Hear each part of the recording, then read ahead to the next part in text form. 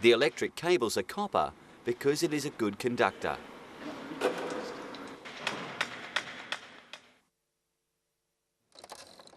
The recording and replay heads on a VCR need to be light, so they're made of an aluminium alloy. Aluminium mixed with small amounts of other metals.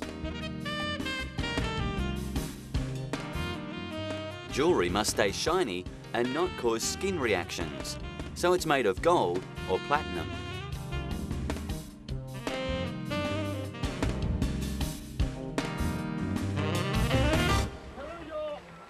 Non-ferrous metals are metals that are not iron.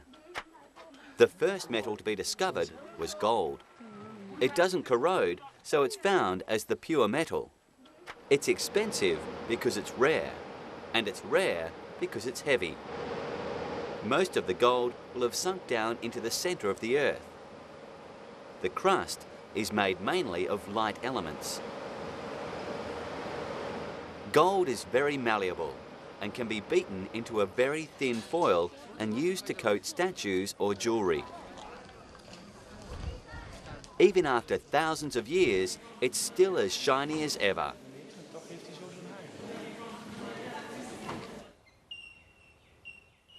It is used in jewellery. Gold is usually mixed with silver or copper to strengthen it and make it cheaper. Gold is the best conductor of electricity, so it is used to coat computer plugs. The connections work every time because there is no oxide coating to stop the electricity. Silver is similar to gold and also used for decoration in jewellery and silverware. However, it is easily tarnished by hydrogen sulfide in the air and needs to be polished quite often. Silver is cheap nowadays because it is not needed as much in making film. And in jewellery has been mostly replaced by stainless steel. Silver soldering is used to join copper parts. It is made of silver, copper and zinc and has a higher melting point than normal solder.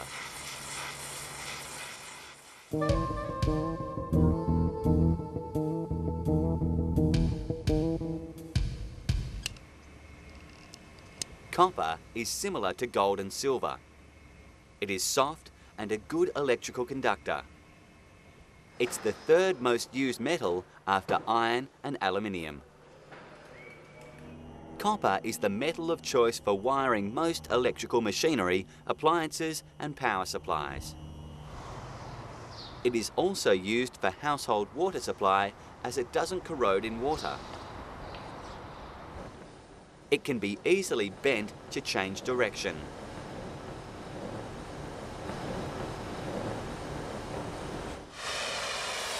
And it's easy to join by soldering.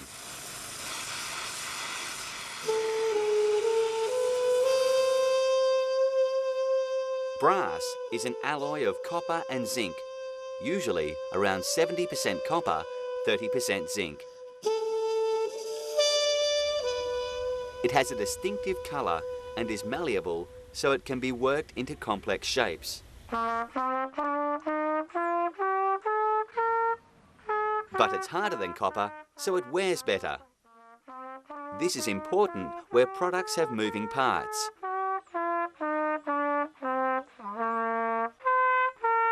Brass is highly corrosion resistant. This is a plus for a product constantly subjected to the moisture and salts in saliva.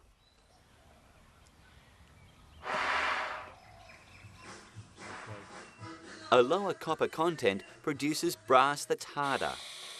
This kind of brass is used for tap handles, window and door fittings. They are usually made by casting.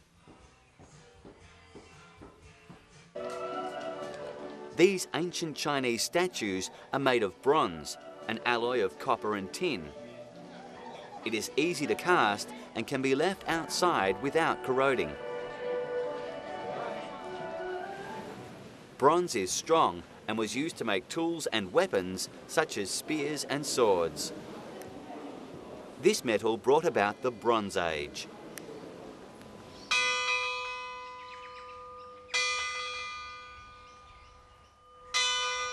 Bells are made of bronze because of the sustained notes it produces and its corrosion resistance.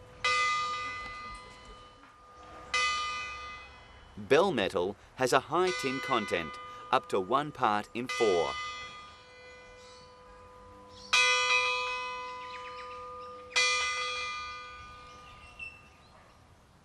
These two sections of the bike frame are brazed together with bronze, which was melted onto the surfaces. It is used where the heat of welding would ruin the temper of the steel or may ruin thin sections.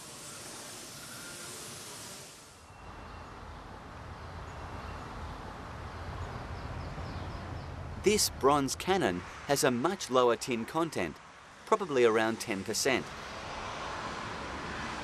Because this type of bronze is highly resistant to corrosion and very hard wearing, it's used for gears and bearings in machinery.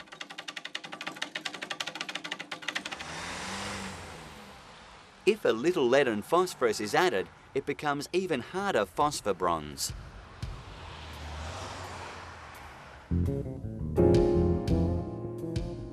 Zinc is a soft metal, relatively cheap and not easily corroded.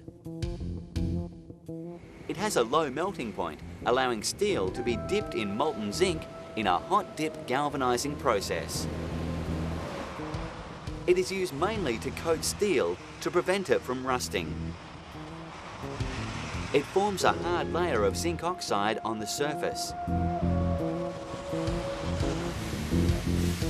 In this plant, the steel is being coated with an alloy made of zinc and aluminium. The steel sheet is passing through a bath of molten zinc alum.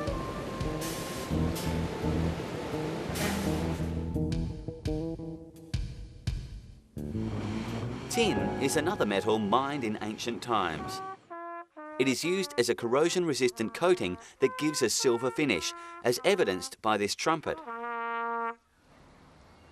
Tin is used mainly as a protective coating on steel, like on these tin cans. Nowadays, cans are often coated with a clear varnish. Solder is an alloy of tin and lead and is useful because it has such a low melting point.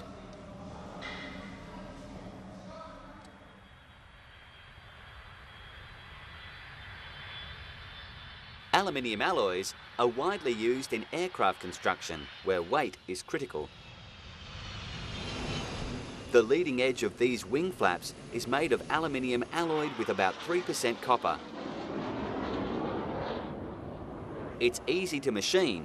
This is important for repairs as well as construction.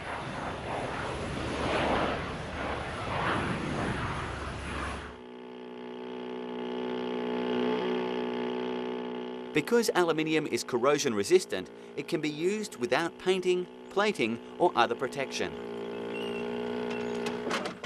Very close to 100 pound or 45 kilo. The natural oxide coating can be thickened by a process called anodizing to give a smoother, hard-wearing surface. Dyes can be added to produce coloured finishes.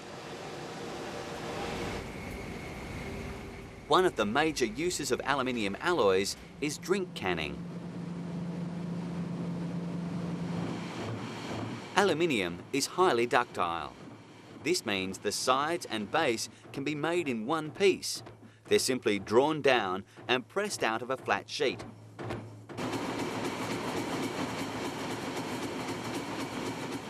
It's light, so it's cheap to transport.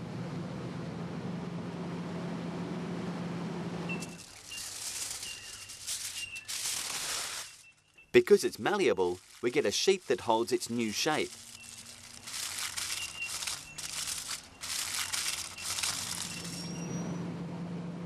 Aluminium has a very low melting point. Once it is molten, the oxide coating can no longer protect it, so it then oxidizes very easily. It is expensive because it needs a lot of energy to process it from the aluminium oxide ore, bauxite. This is why it's so eagerly recycled.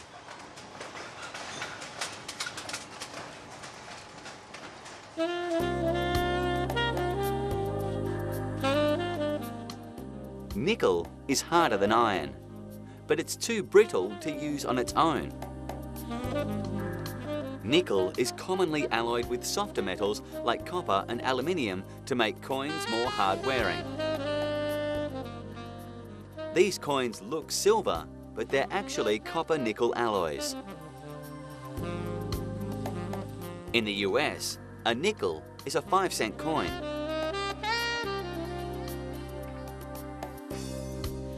Nickel is alloyed with chromium, iron and carbon to produce stainless steel.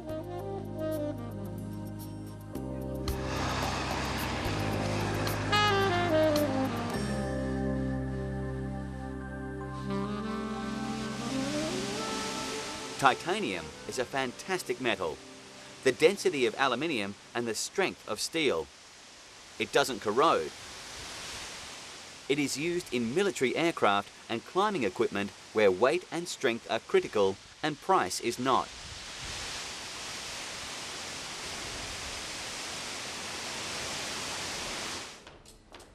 It is also used inside the body to strengthen bones. Sometimes stainless steel is used here. Titanium is difficult to cut. Here, it is being cut by water jet with abrasive in it.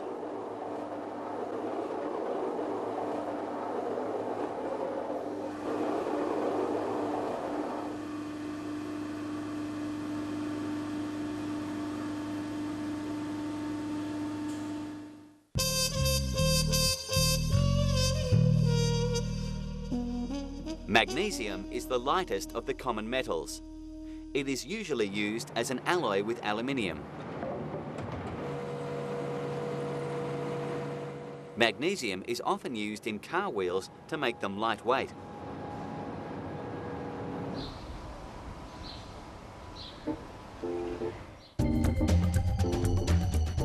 It catches fire easily and is used in fireworks as a powder, producing a bright white light. So it should not be used near flames.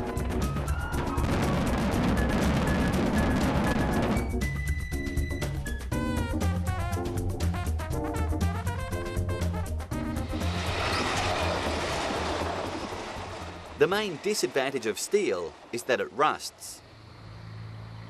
It needs to be protected by a coating that doesn't corrode, such as paint or a non-ferrous metal.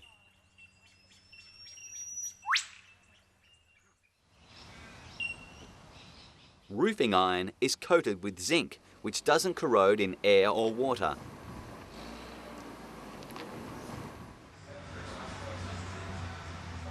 If the surface is meant to be shiny and wear resistant, then chromium is the best. This shaft has to slide through an oil seal without leaking. If it was corroded or scratched, it would ruin the seal and the oil would leak out.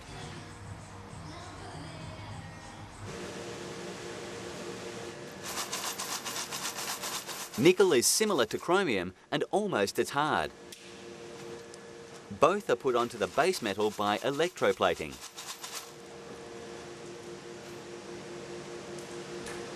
In nickel and chromium plating, a series of chemical baths clean the surface before the electroplating deposits a thin, even layer of nickel.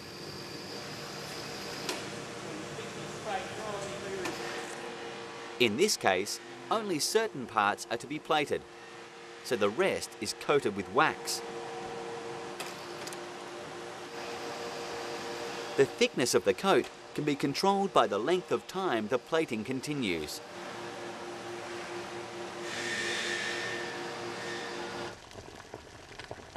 Copper is a good conductor, so it spreads the heat evenly over the bottom of the pot. But it is too soft. The best solution is to have a stainless steel body with a copper bottom.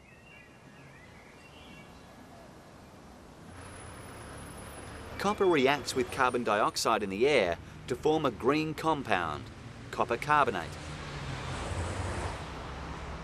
As this process takes a few years, manufacturers nowadays produce this green colour in the factory.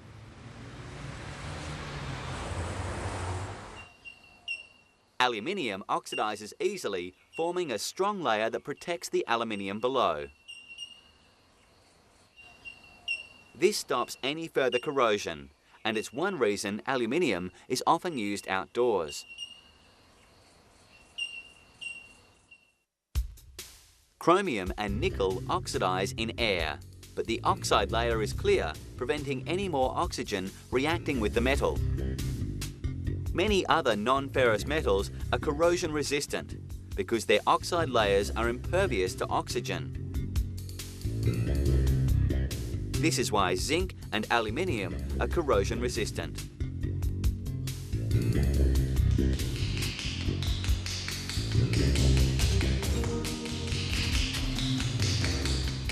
Heat treatment can change the material's properties.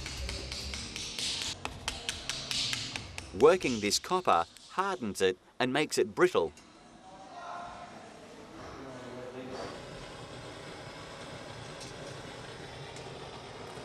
If we quench it, that is, heat it, then rapidly cool it, the effect is to soften the copper. The opposite happens to steel.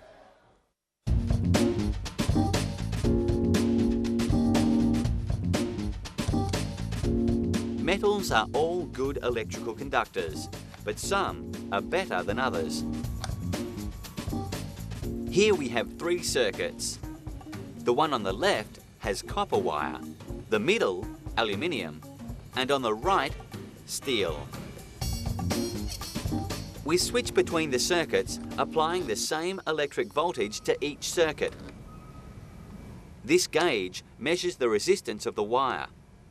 The further to the right it moves, the larger the resistance. This is the result for the steel wire,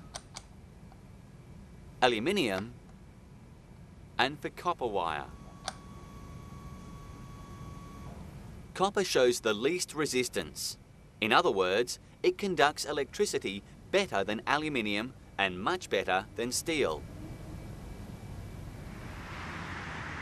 Even though copper is the best conductor, many high voltage power lines are actually aluminium.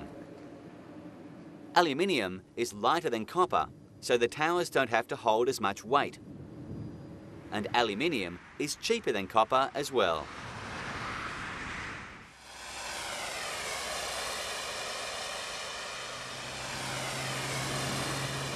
When you mix metals, you can have trouble. Joining copper to zinc will produce an electrochemical reaction. It will generate electricity, which is very useful if you want a battery, but in your job you will have corrosion.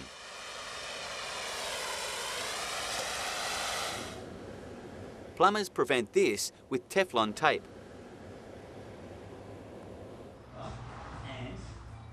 You can use steel bolts on aluminium, zinc or chromium because the oxide layer prevents electricity flowing. Some combinations work, some don't.